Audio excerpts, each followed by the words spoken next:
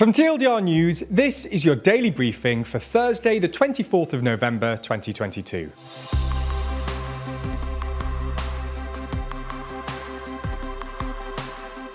Good afternoon. Today we're going to be talking about the Apple protests in China.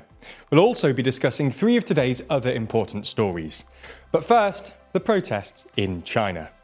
Workers at a Foxconn factory in Zhengzhou, China, have this week gone to the streets to protest against working conditions and delayed pay.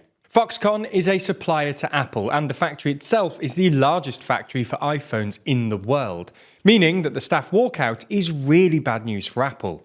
Not just because of the bad press, but also because of the huge loss of productivity in one of its most important factories. China has had pretty harsh COVID laws in order to try and prevent another outbreak. At the Foxconn factory, a so-called closed-loop system was set up in late October. This system sees workers in the factory live and work on the site with their colleagues, but this has only fueled discontent. Some have grown tired of this and have broken out of the closed-loop system and have gone home. As a result, the company have had to recruit new workers and have promised generous bonuses.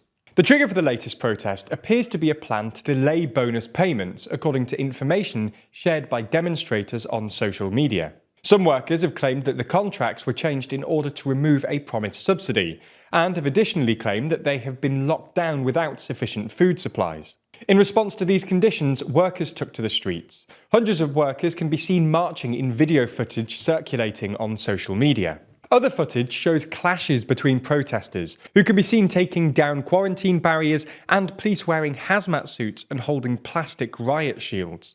One police officer was seen kicking and hitting a protester with a club after he grabbed a metal pole that was being used to beat him. For their part, Foxconn has said that the confusion over pay was down to a technical error that occurred during the onboarding process. They added that they are in constant communication with employees and that it was doing its best to actively solve the concerns and reasonable demands of employees. The company said regarding any violence, they will continue to communicate with employees and the government to prevent similar incidents from happening again. Okay, so that's the biggest story of the day, but there's a lot more going on around the world. So here's a rundown of three other stories. The King of Malaysia has appointed long-time opposition leader Anwar Ibrahim as the country's new Prime Minister, 5 days after the general election ended in an unprecedented hung parliament. 75-year-old Anwar's political journey has been a dramatic one. He's come close to the premiership a number of times. He served as Deputy Prime Minister in the 1990s and was tipped as the potential successor to the Prime Minister in 2018. But in between, he spent almost a decade in prison, following convictions for sodomy, which he maintains were politically motivated.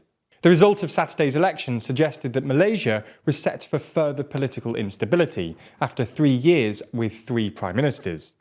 But the king convened a meeting with the heads of Malaysia's royal houses for consultation and eventually appointed Anwar Ibrahim as the new prime minister.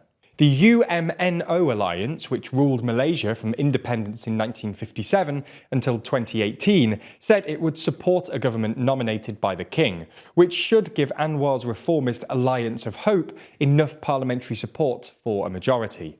Anwar faces a number of challenges beyond his likely unstable majority, including a fragile economy and political divisions highlighted by the electoral gains of the strict Islamist party PAS.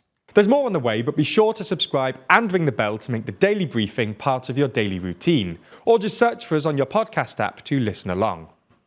Exactly 1 year ago, a migrant boat crossing the English Channel sank, tragically resulting in around 30 deaths. According to a leaked report obtained by French paper Le Monde, when the dinghy pleaded for help, the French Coast Guard ignored it. It's been suggested that the actions of the French authorities may have put them at risk of being handed criminal charges of non-assistance of persons in danger. Additionally, when the French Coast Guard informed the British Coast Guard that the vessel was entering British waters, they did not convey that the boat was sinking, information that the French knew at the time. The British prioritised 3 other boats in distress that night, saving 98 people. Additionally, French authorities are reported to have refused help from a passing tanker. They also refused to send a rescue boat as they claimed it was engaged in another rescue operation. The French newspaper Le Monde claimed that this was false and the boat was not performing any vital task. Our thoughts are with the families of all of those who lost their lives that night.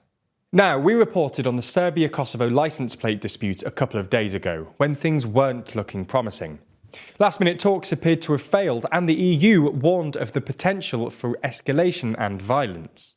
To summarise very briefly, Kosovo planned to issue fines to drivers using Serbian-issued licence plates, a move which angered the ethnic Serb minority in northern Kosovo, who, like Serbia, do not recognise Kosovo's 2008 Declaration of Independence from Serbia. Hundreds, including police officers, resigned from public positions in protest against the rules. We ended that story by saying that Kosovo had agreed to postpone the enforcement of the new rules by 48 hours. Those 48 hours appear to have proven fruitful, as the EU's top diplomat, Josip Borrell, who has been mediating the talks, said a new deal had been reached. Borrell said Serbia had agreed to stop issuing licence plates with Kosovan cities' denominations on them, and Kosovo would cease further actions related to re-registration of vehicles. The parties will be invited to reconvene for further talks to discuss next steps.